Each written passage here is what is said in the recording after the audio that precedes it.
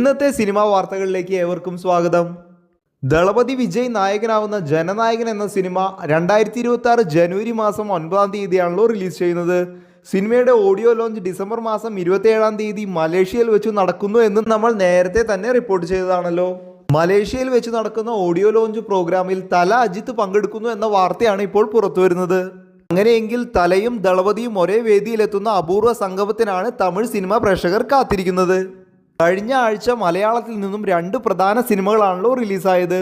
ഒന്ന് പൃഥ്വിരാജ് സുകുമാരൻ നായകനായ വിലായത്ത് ബുദ്ധ എന്ന സിനിമയും കിഷ്കിന്ധാകാന്ഡം ടീമിന്റെ എക്കോ എന്ന സിനിമയും. നമ്മളെല്ലാം പറയുന്ന പോലെ കണ്ടന്റ് ആണ് കിങ് എന്ന് മലയാള സിനിമ പല കുറി തെളിയിച്ചതാണല്ലോ. വ്യത്യസ്തമായ കഥാപശ്ചാത്തലത്തിൽ ഒരുങ്ങിയ മിസ്റ്ററി ത്രില്ലറായ എക്കോയാണ് ക്ലാഷിൽ വിന്നറായിരിക്കുന്നത്. 10 കോടിക്ക് മുകളിൽ world wide box office collection നേടി എക്കോ മുന്നേറിക്കൊണ്ടിരിക്കുകയാണ്. വിലായത്ത് ബുദ്ധ എന്ന പൃഥ്വിരാജ് സിനിമയുടെ കളക്ഷൻ കണക്കുകൾ താഴേക്ക് പോകുന്ന ചിത്രമാണ് നമുക്കിപ്പോൾ കാണാൻ സാധിക്കുന്നത്. 7 കോടിക്ക് അടുത്താണ് വിലായത്ത് ബുദ്ധയുടെ ഇതുവരെയുള്ള world wide box office collection. Star പ്രഭാസിന്റെ അടുത്തതായി ഇറങ്ങാനിരിക്കുന്ന ബിഗ് ബജറ്റ് പാൻ ഇന്ത്യൻ ചിത്രമാണല്ലോ രാജാസാബ്. ജനുവരി മാസം 9-ാം തീയതി റിലീസിനൊരുങ്ങുന്ന രാജാസാബ് എന്ന സിനിമയുടെ ഒരിക്കൽ വീഡിയോ സോങ് സാബ് റിലീസ് ചെയ്തിട്ടുണ്ട്. രാജാസാബ് എന്ന ചിത്രത്തിന് ശേഷം പ്രഭാസ് നായകനായി എത്തുന്ന ബിഗ് ബജറ്റ് സിനിമയാണല്ലോ സ്പിരിറ്റിൽ ഇപ്പോൾ മലയാളത്തിന്റെ ലാലേട്ടൻ കൂടി അഭിനയിക്കുന്നു എന്ന വാർത്തയാണ് ഇപ്പോൾ പുറത്തു വരുന്നത്. ക്ലാസിക് ക്രിമിനലിന്റെ 3-ാം വരവിനായി കാത്തിരിക്കുകയാണല്ലോ നാം എല്ലാവരും. ജിത്തു ജോസഫ് സംവിധാനം ചെയ്യുന്ന ദൃശ്യം 3യുടെ തൊടുപുഴ ഷെഡ്യൂൾ ഇപ്പോൾ പൂർത്തിയായിക്കൊണ്ടിരിക്കുകയാണ്. തൊടുപുഴ ഷെഡ്യൂളിന് ശേഷം 2 ദിവസത്തെ ഷൂട്ട് വാഗമണ്ണിലും 5 ദിവസത്തെ ഷൂട്ടിംഗ് എറണാകുളത്തുമാണ് ബാക്കിയുള്ളത്.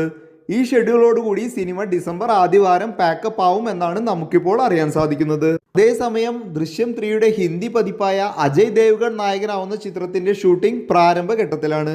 ദൃശ്യം 3യുടെ ഷൂട്ടിങ്ങിന് ശേഷം മോഹൻലാൽ അഭിനയിക്കുക വിസ്മയ മോഹൻലാൽ നായികയാവുന്ന തുടക്കം എന്ന സിനിമയിലായിരിക്കും. ജൂഡ് ആന്റണി ജോസഫാണ് ഈ സിനിമ സംവിധാനം ചെയ്യുന്നത്.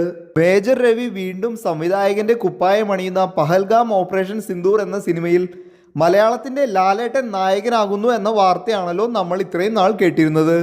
എന്നാൽ ലാലേട്ടൻ ഈ സിനിമയിൽ നായകനല്ല, ഒരു എക്സ്റ്റൻഡഡ് ക്യാമിയോ റോളിലാണ് ഉണ്ടാവുക എന്നാണ് ഇപ്പോൾ നമ്മൾ മനസ്സിലാക്കുന്നത്. 30 ദിവസത്തെ ഷൂട്ടിംഗ് ഡേറ്റ് ആണ് ഈ സിനിമയ്ക്ക് വേണ്ടി ലാലേട്ടൻ കൊടുത്തിരിക്കുന്നത്. വൈകാതെ ഷൂട്ടിംഗ് ആരംഭിക്കാനിരിക്കുന്ന ഈ സിനിമയുടെ നായകൻ ആരാണെന്ന വെളിപ്പെടുത്തലും ഉടനെ തന്നെ ഉണ്ടാകും. RJ ബാലാജിയുടെ സംവിധാനത്തിൽ സൂര്യ നായകനാകുന്ന അടുത്ത ബിഗ് ബജറ്റ് സിനിമയാണല്ലോ കറുപ്പ്. മലയാളത്തിൽ നിന്നും നമ്മളുടെ പ്രിയ നടൻ ഇന്ദ്രൻസ് ഈ സിനിമയിൽ അഭിനയിക്കുന്നു. സൂപ്പർ സ്റ്റാർ രജനികാന്തും ഉലക നായകൻ കമലഹാസനും ഒന്നിക്കുന്ന സിനിമയാണല്ലോ തലൈവർ 173.